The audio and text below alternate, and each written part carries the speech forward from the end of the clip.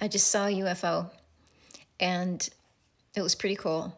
I went outside to look up at this plane that was heading north, and underneath it was this spherical, metallic looking thing that went in the opposite direction, and it just moved very quickly like that and then disappeared.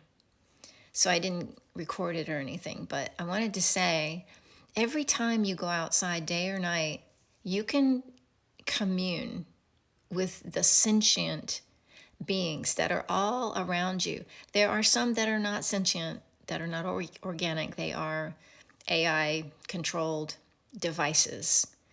And not to get into too much detail about that, the difference is that, you have to be careful what you're attracting.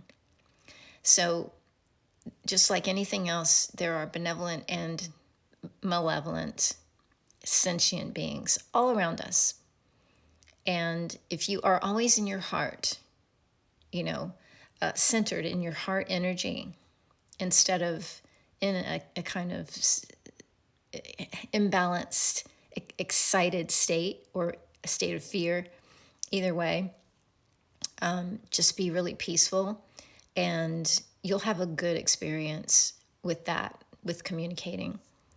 And you'll see so much. I mean, if you just look, you're going to see something, because they're all around us all the time. Things are going to get very weird as we go through this shift. And I just want to say briefly, someone was talking about how, we say we don't want to attach to the material world, emotionally, mentally, you don't attach. That's how you liberate yourself from the lower dimensional realms, which is what Earth is. And someone was saying, during the apocalypse, when everything floats up and there's no gravity for a short period of time, that's the only time you need to really attach to something physical so you don't float up. And, I just want to point out that that's true. When I talk about non-attachment, we do what we do in this world. We have a reptilian brain function that keeps us alive and operating in our avatar body. And there's nothing wrong with that. I'm not saying, do away with yourself and go into the spirit realm. I'm not saying that.